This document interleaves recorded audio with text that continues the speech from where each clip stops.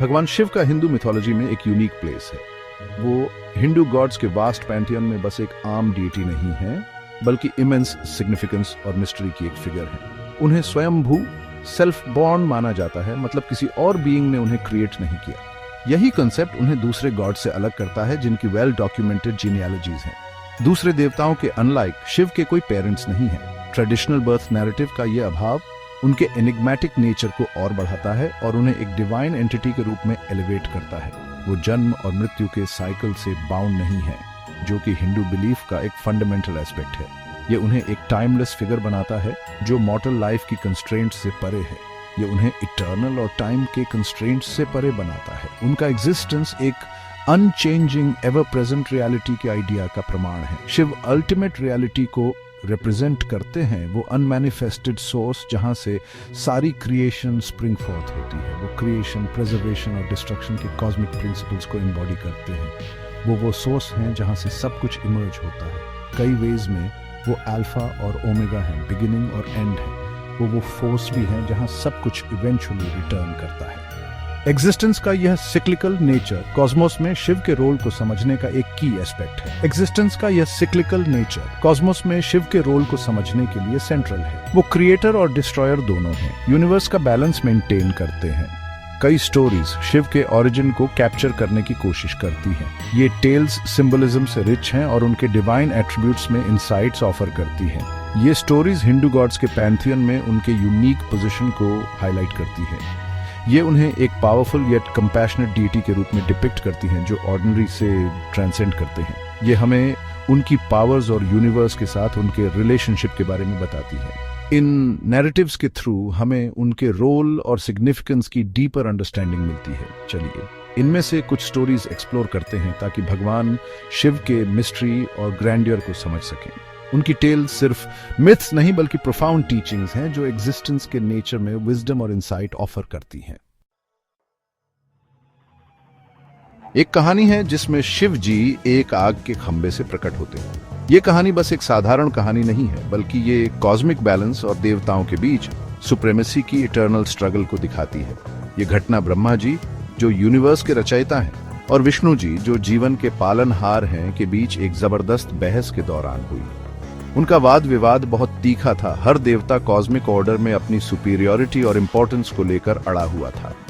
हर देवता यह दावा कर रहा था कि वो दूसरे से श्रेष्ठ है। उनकी आवाजें स्वर्ग में गूंज रही थी। उनके बीच तनाव बढ़ता गया, जिससे कॉस्मोस की हार्मनी बिगड़ने का खतरा पैदा हो गया। जैसे ही उनका वाद विवाद बढ़ा, उनके सामने अचानक आग का एक चमकदार खंभा प्रकट हुआ। ये कोई मामूली आग नहीं थी, ये एक दिव्य मैनिफेस्टेशन था, अल्टीमेट पावर और रहस्य का प्रतीक।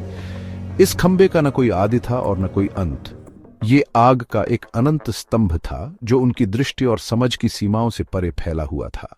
ये दोनों दिशाओं में अनंत तक फैला हुआ था, जो डिवाइन की बाउंडलेस नेचर का प्रमाण था। देवता इस असाधारण दृश्य को देखकर हैरान और चकित थे। ब्रह्मा और विष्णु इस अचानक अपीयरेंस से दंग रह गए। उन पर क्यूरियोसिटी हावी हो गई और उन्होंने इस रहस्यमयी खंबे के सीक्रेट्स को जानने की ठान ली। ज्ञान की तलाश में ब्रह्मा एक राजसी हंस में बदल गए और ऊपर की ओर उड़ गए, खंबे का शीर्ष खोजने के लिए दृढ़ संकल्पित।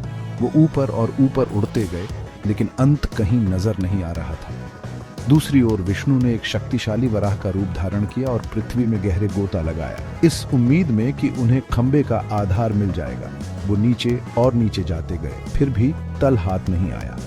दोनों देवताओं ने अथक प्रयास किया। उनका दृढ़ निश्चय अटल था।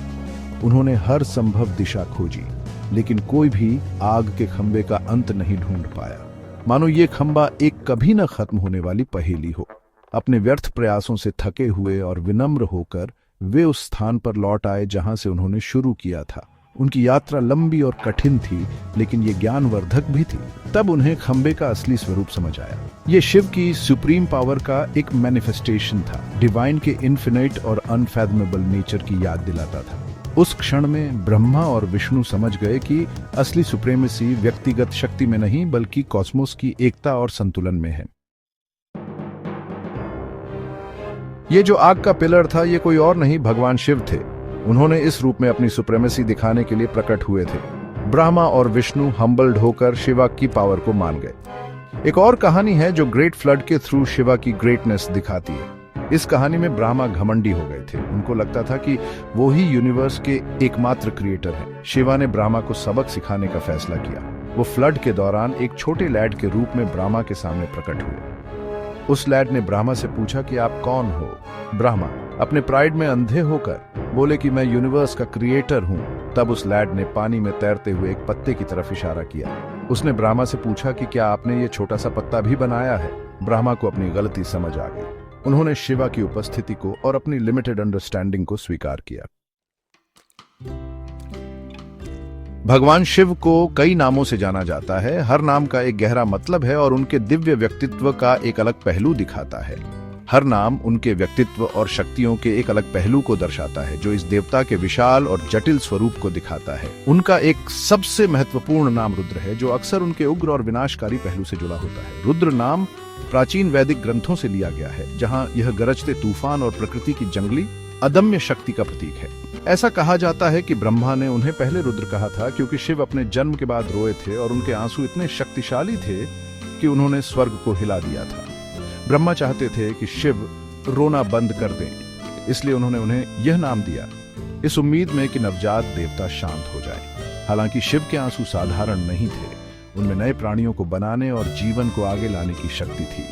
शिव का यह अनोखा गुण दिखाता है कि उनके दुख या क्रोध के क्षण भी सृजन और नवीनीकरण का कारण बन सकते हैं, जो एक ब्रह्मांडीय शक्ति के रूप में उनकी भूमिका को उजागर करता है। यह कहानी शिव के स्वभाव के द्वैत को दर्शाती है, जहां विनाश और सृजन आपस में जुड़े हुए हैं, और शक्तियों के एक अलग पहलू को दर्शाता है, जो इस देवता के विशाल और जटिल स्वरूप को दिखाता है। उनका एक सबसे महत्वपूर्ण नाम रुद्र है, जो अक्सर उनके उग्र और विनाशकारी पहलू से जुड़ा होता है। रुद्र नाम प्राचीन वैदिक ग्रंथों से लिया गया है, जहां यह गरजते तूफान और प्रकृति की जंगली अदम्य शक्ति का प्रतीक है।